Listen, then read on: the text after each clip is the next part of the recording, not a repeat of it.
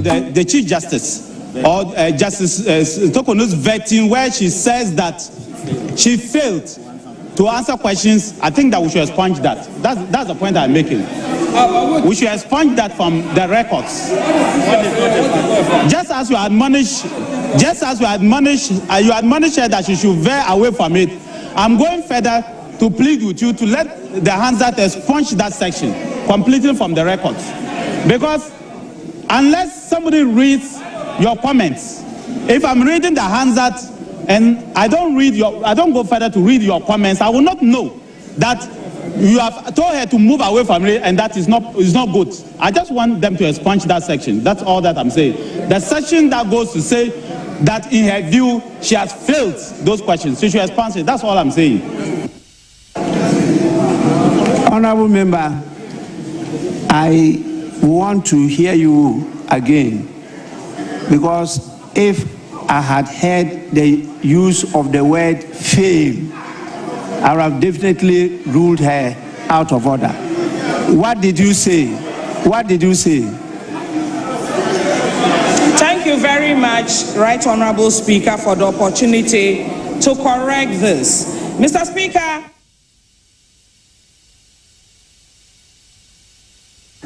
I asked a question to the then nominee, asking her to give 5 attributes of a good Chief Justice, and she mentioned 1. Thereafter, the Saturday after the vetting, Honorable A.B.A. Fuseni was on Joy News File program discussing the entire vetting process, and he indicated that he thought that the most important question that was asked at vetting was the question asked by Honorable Zuera Mohammed Ibrahima, to the effect that the nominee should give 5 attributes of a good Chief Justice. That is what I said. I never used the word fail. Hansard is my witness. They can go back and check. The word fail never came from me, Mr. Speaker. He said he was not. Mr. Speaker. Mr. Speaker. Honorable members, I've listened to her, and so I'll proceed to direct that if she had earlier used the word fail, that portion be deleted from the official reports, particularly the word fail. Now, she has stated clearly she did not use it, but it's recorded. And so the official reports will go through all this. If they come across the use of the word fail and the words after it should be deleted from the official reports. Please, now you have 1 minute. Thank you very much, Mr. Speaker. Mr. Speaker, in conclusion, and tying it all into my previous statements, Justice Bafo-Boni made very strong statements at vetting. And one of the things he said that drives my enthusiasm today, and I quote, he said, "The Constitution of Ghana entrusts the Chief Justice with a dual responsibility to adjudicate cases with fairness and to safeguard the credibility and moral authority of justice itself." Mr. Speaker, it gives all of us comfort. I hope.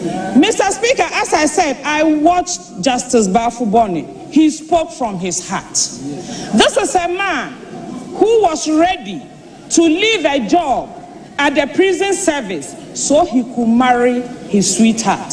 And he was adverting with Mrs. Bafo-Boni. Mr. Speaker, it tells you the character of the man.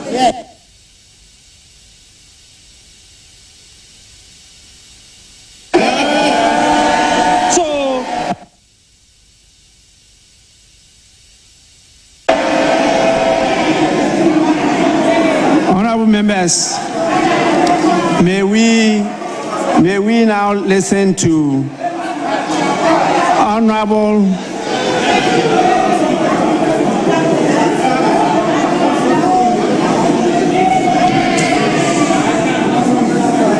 members, may we now listen to Honorable Anthony Emia. 5 minutes. 5 minutes. 5 minutes. Thank you.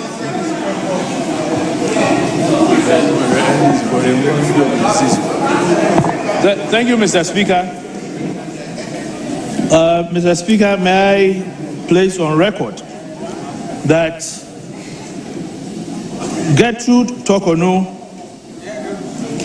throughout her distinguished service as a judge and Chief Justice, had an impeccable record. Sure.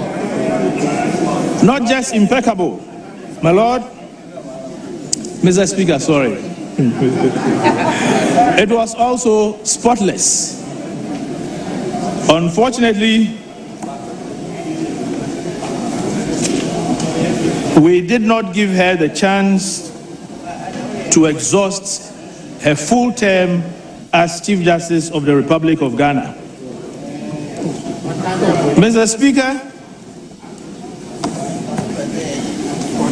the executive summary before me this afternoon makes capital out of Article 144 of the 1992 Constitution, which has given birth to this exercise and the said report. But in the view of the minority,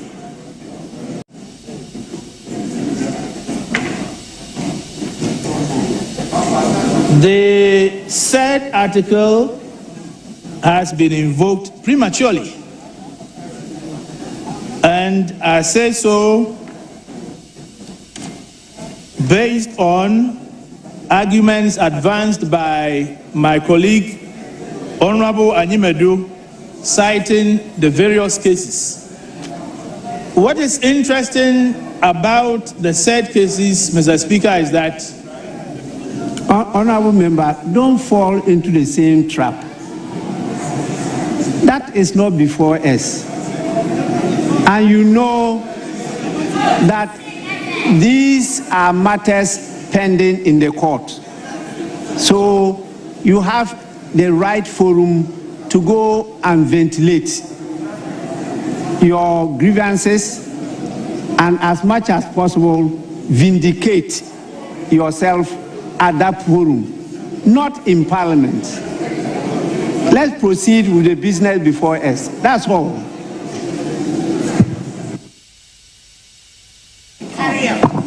I am very grateful, Mr. Speaker. Mr. Speaker, I will dwell on our own rules from our standing orders, particularly Orders 103F, 1231, 217 Rule 2, as well as 216 Rule 4, in further proceeding with my comment on the report. And with your kind permission, I would want to read the various orders. Mr. Speaker, Order 103F says, a motion shall not relate to a definite issue, and a motion shall relate to a definite issue and not F, be the subject matter of an action on which a judicial decision is pending in such a way as may, in the opinion of the Speaker, prejudice the interest of the parties to the action. When you move on to 1231, 1231, which is under content of speech, says a member or a person entitled to participate in a debate shall not make reference to any matter on which judicial decision is pending in such a way, or may, in the opinion of the person presiding, prejudice the interests of the parties in the action. The combined effect of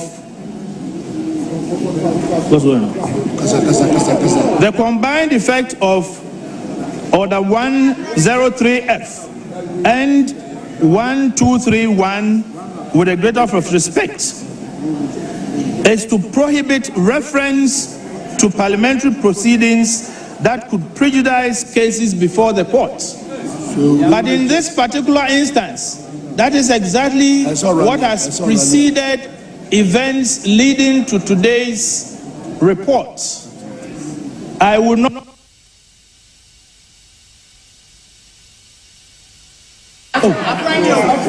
dwell from what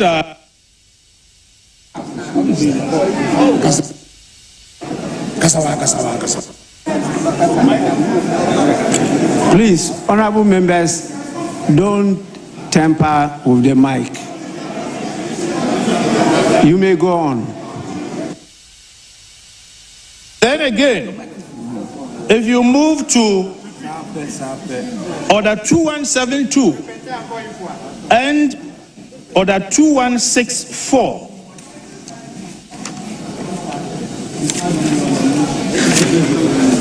part of our own rules. And Mr. Speaker, again, I seek your permission to read Order 2172, which says the chairperson and ranking member and two other members of relevant subject matter standing or select committee shall join the members of the appointment committee to consider persons nominated by the President for appointment as Chief Justice and Justice of the Superior Courts, Ministers of State, Deputy Ministers, Administrator of the District Assembly's Common Fund, the Special Prosecutor and other persons specified under the Constitution or any other enactment.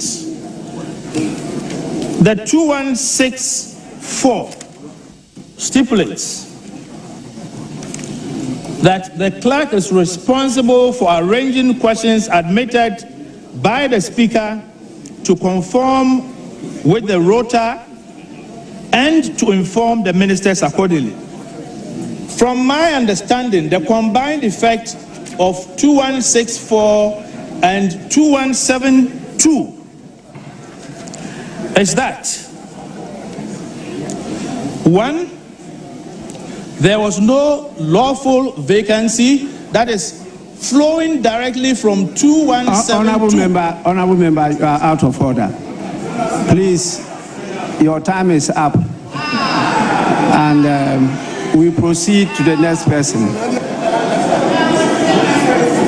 Honorable members, we will now listen to Honorable Muntaka Mohammed. 5 minutes. 5 minutes. Honorable members, the timing has been captured by the recordings. The instruments will give 5 minutes exactly. So when it gets to the 5 minutes, it will cut off automatically. That is what happened to the honorable member. And so I had to give him extra minutes. So please, Honorable Muntaka Mohammed, Minister for Interior, take note. Thank you, Mr. Speaker. Mr. Speaker, I want to thank you for the opportunity, but to remind the House that, Mr. Speaker, I'm not a backbencher, because I heard earlier Honorable Ayimbadu was given 10 minutes, and I thought, Mr. Speaker, I don't know how the leadership agreed, but the most important thing is that ministers are equated to rankings and chairs. So I don't know if that timing could be relooked at. But other than that, Honorable member, you are actually not a backbencher, but you have been favored to speak instead of a backbencher. That should have been given to a backbencher. So I thought that you should have shown some gratitude to your leaders. If you think that you are oversized, then we'll get proper size for you next time. Well, Mr. Speaker, I'll thank you and the leadership for the opportunity to speak in place of a backbencher. But Mr. Speaker, my worry is about the conclusion of the report of the committee. Mr. Speaker, as you may know, the House is guided by rules. And all our rules, Mr. Speaker, because of timing, I want to state that if you take Order 217, it says that the committee's report will either be by consensus or by voting. Mr. Speaker, so far as all of us were concerned, there was no voting at the Appointments Committee. Because, Mr. Speaker, as you know, votings are done at the tail end of the matter, whether it's a motion, whether it's a question, whatever decision is taken at the tail end.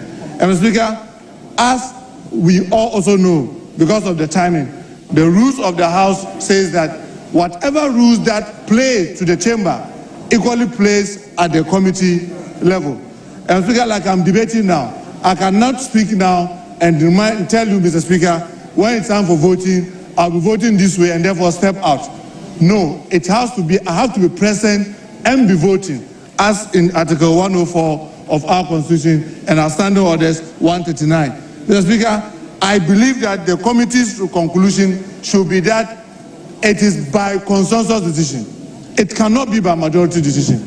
It was by consensus decision. But, Mr. Speaker, and the most important thing, as Mr. Speaker, you may know because of your deep knowledge of this House and its rules, if we are at a committee to vote, until somebody raises quorum, quorum is assumed. If it's time for us to vote, and there's nobody to raise issue of whether we have a full membership or what have you, it is assumed. Mr. Speaker, when people walk out, their names will still be recorded as present. When you are going to record those who were present, their names will be recorded. But they cannot say, we are voting, but we are walking out. No. The time that they were saying they were voting was not time for voting.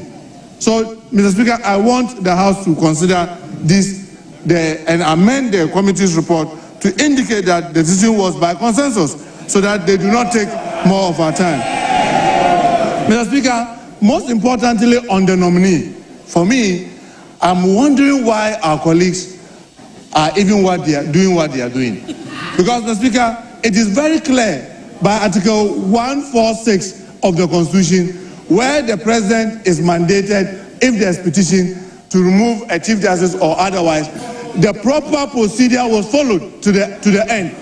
And if you have a challenge to that, it is not on the floor of Parliament that you come and challenge that. Mr. Speaker, the nominee, if you look at his experience, you and I, Mr. Speaker, with all humility, were members of the Appointments Committee when we vetted him in 2008. I was a backbencher member of the Appointments Committee, and he's been there for 17 years.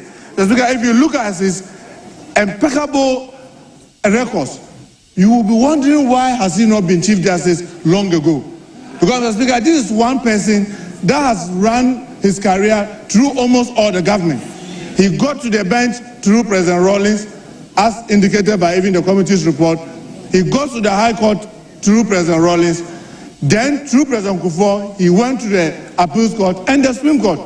And he's one of the very experienced persons that we have. If you look at his experience, if you look at the things that he's been able to do, even academically, and you wonder why he was not even made a Chief Justice earlier. But like we said, everybody marks his time. This is his time. This is the time for Justice Paul Bafuboni.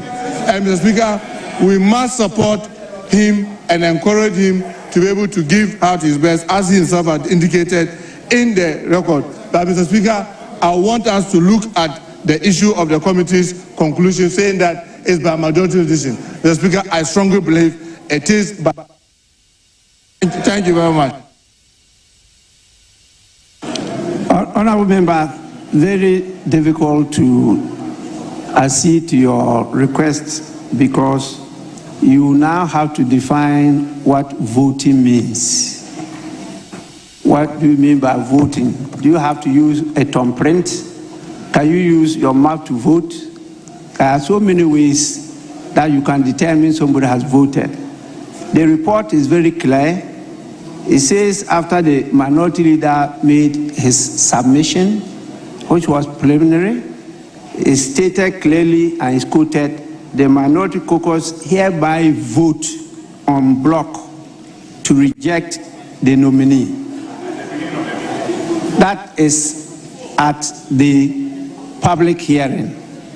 And so, clear indication as to voting.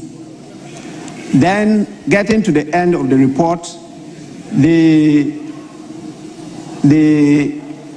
chairman captured it again, where he says, in conclusion, all the members of the New Patriotic Party minority were opposed to and voted against the nomination of the Chief Justice.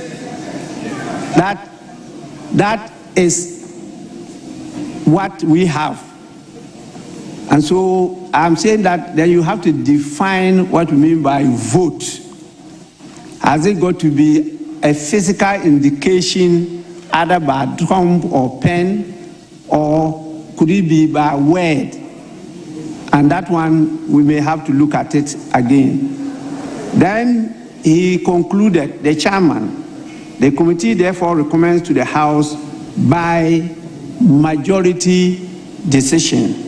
He didn't tell us how the majority came by the decision. And it could be just the discussion there that they agreed that we support the nomination. That will be a decision, and that will be a way of voting. And so once they took that decision and adopted the report, we cannot question that they haven't been voting at the committee level. That is the challenge I have. And so I'll have difficulty in directing that the report of the committee be amended to capture the views that you've expressed. May we now go on to the next person, and that is the Honorable Member for Tampuli Alasan. Tampuli Hassan, your constituency is Gushegu. Gushegu. That is his name here. Yes, Speaker, please. I'm sorry, but Speaker, with due respect, I submitted the names from the minority, and as far as I can recollect, the next to speak is the Honorable Samuel Oku. Speaker, if you may indulge me. That is the least. No, that's the least. Well, that is what I have here, but when your leader was speaking, he mentioned Tampuli before. But what you actually submitted to me, the third name is Sami Awuku, which is 5 minutes. But in his submission, he mentioned Tampuli first. I would respect, not to challenge the leader, but we will respectfully require of you that we go by the list. So we will. So Honorable Sami Awuku, yes. 5 minutes. Thank you, sir.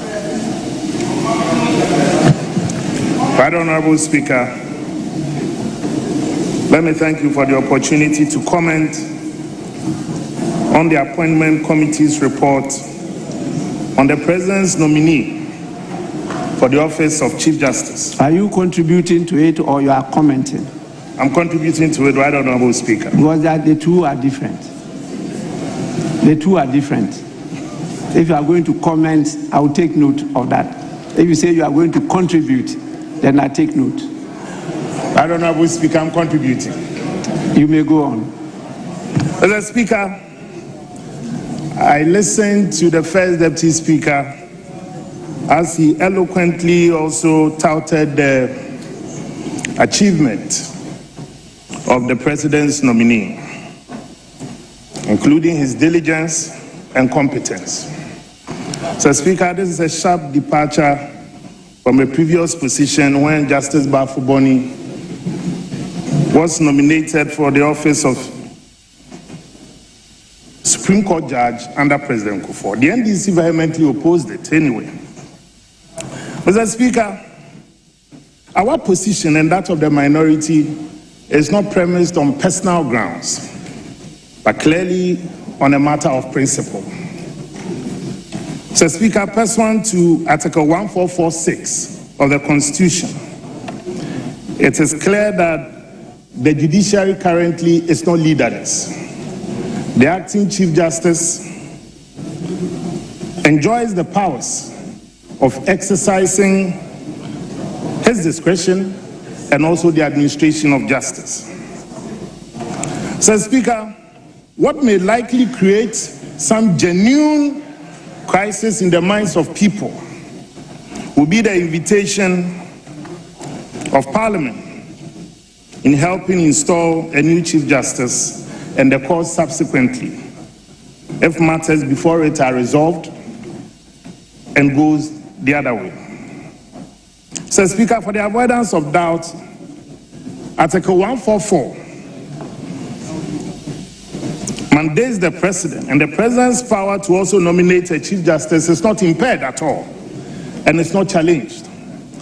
The President has exercised that power by nominating Justice Bafo-Boni. Parliament's approval function, like all other constitutional powers, must also be exercised consistently with other constitutional provisions, Right Honorable Speaker, including the separation of powers, judicial independence, the sub judice rule, and also respect for pending processes. Right Honorable Speaker, Justice Paul Bafo-Boni has less than 2 years to retire. And we respectfully hold the view that this process must also not be rushed.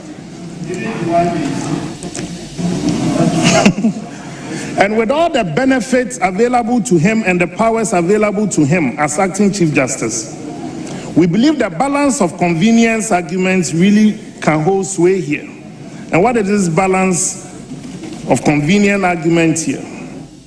If Justice Paul Bafo-Boni is approved by Parliament today, Right Honorable Speaker, and the ECOWAS Court or Supreme Court decides otherwise, Mr. Speaker, the Constitution does not give direction on how to deal